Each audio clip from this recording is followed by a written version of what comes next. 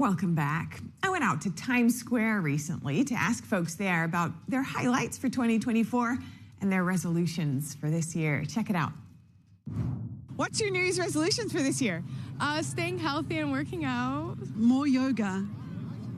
More yoga, less drinking.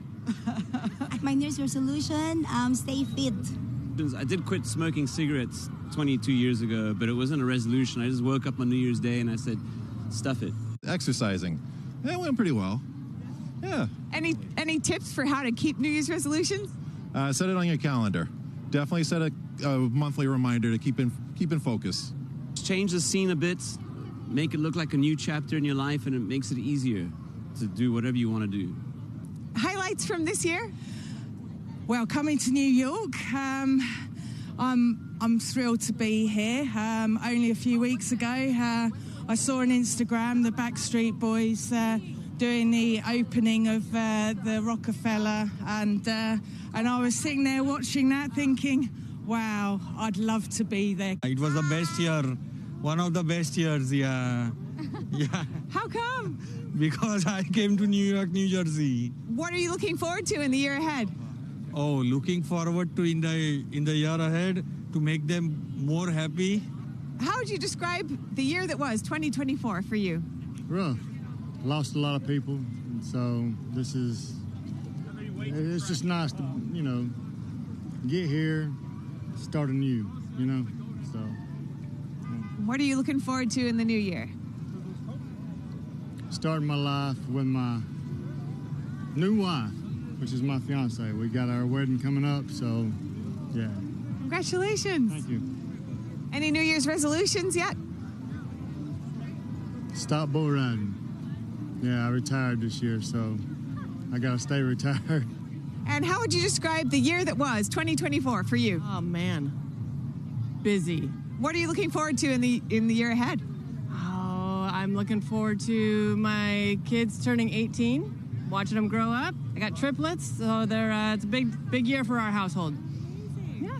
And any advice for people out there as they head towards the new year? Man, it's just another day, everyone. But do what you want to, whatever you want to do by the end of the year, do it now. I would say that. And for more expert guidance on making and keeping those New Year's resolutions, we're joined now by Dr. Wanita Mercer, the founder and CEO of the executive coaching and consulting company Lead My Heart, which is focused on holistic wellness and purpose-driven living and leading. Welcome, Wanita. Good to have you with us.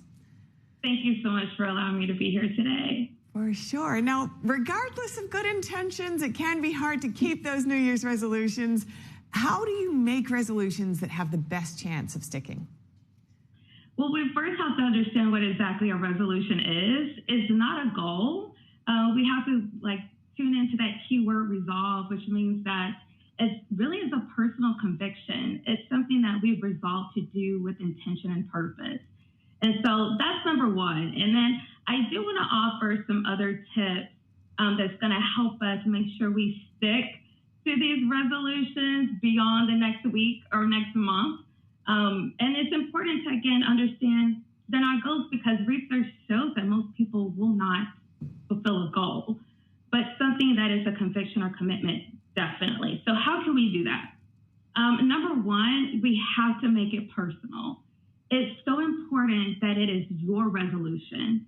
It's something that you've come to grips with, that you want to commit to changing, something that's meaningful to you. It can't be your spouse's resolution. It can't be your boss's. It can't be your friends or someone else's. It has to be yours. And so the more personal you make it and meaningful to you, you're more likely to stick to it. And then secondly, you want to count the cost, because every meaningful resolution is going to have some weight to it, meaning there's something at stake if you don't fulfill it. And so for many of us, I heard, in the Times Square interviews, a lot of people mention wanting to lose weight. I think that's at the top of most of our lists, right? But it has to still be a personal conviction, meaning if I don't lose weight, then what's the cost? What will it cost me? Is it going to cost me a diagnosis, my health, my overall health? Is it going to cost energy? that's going to help me create those meaningful moments that I want with my friends and family. Like, what is that? And whatever that cost is, it still has to be meaningful to you.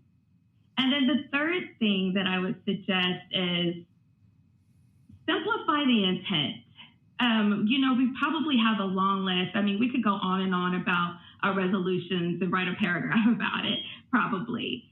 But ultimately, I would encourage people to not overwhelm yourself by a lot of resolutions, but really reduce it to the intent of it. For example, if I want to save $10,000 this year and come up with a plan, which I definitely recommend people do, if that's a resolution that you have. But really, I want to simplify that to an intent, a word, and action that's more meaningful, such as stewarding my finances or budgeting. Okay, well. And so if I reduce my resolutions to an actionable intent, then everything I do will align with that. And I'll keep coming back to that commitment, even if my plan wasn't so great and falls apart in a few months. It's still that intent that I want to do better. And so, again, these 3 tips, in addition to other great tips that are out there from experts, I feel like will really help us stick to our resolutions long term, because what the actual thing is that it's going to help me become the person I want to be. It's not just, again, a goal, but it's something that I resolve, that I'm committed to, that's meaningful to me. Yeah, it can really come down to your identity, knowing that you are someone who can follow through. And yet there were a lot of people out there we asked on the streets said, actually, I didn't really meet my resolutions from last year. So there are bound to be roadblocks along the way, right? So what do you say for when those things come up? You've put all your plans in place. What do you do to just overcome the inevitable roadblocks that do come up? Show yourself grace. It's gonna come up to be a challenge throughout the year because life happens. There are gonna be things that you could not control. But what you can control is the grace that you show yourself. You're human. You might fall off, but remember why you resolved to do this, and then go at it again. Get back to that resolution. Start again in a few months if you have to, but don't put it aside and say, I can't do this. But definitely try again. And I think that's what's important, that we can just continue to try again. And what would you suggest as a very first step people can take right now to start the year right? Write it down. Write it down. Don't let it be something that you just talk about or have in your mind. Write it down. And that way you can pin it somewhere meaningful to you. You can share it with your accountability partner or whoever that might be. And you can keep coming back to it. And maybe not just write it down in one place. Write it down in several places that you frequent often. Put it as a note in your phone if that helps. But definitely write it down, because the things that we write down give us a little bit more personal accountability. Well, with that, thank you so much for those tips, Dr. Wanita Mercer of the Lead My Heart Executive Consulting and Coaching business. Thank you very much.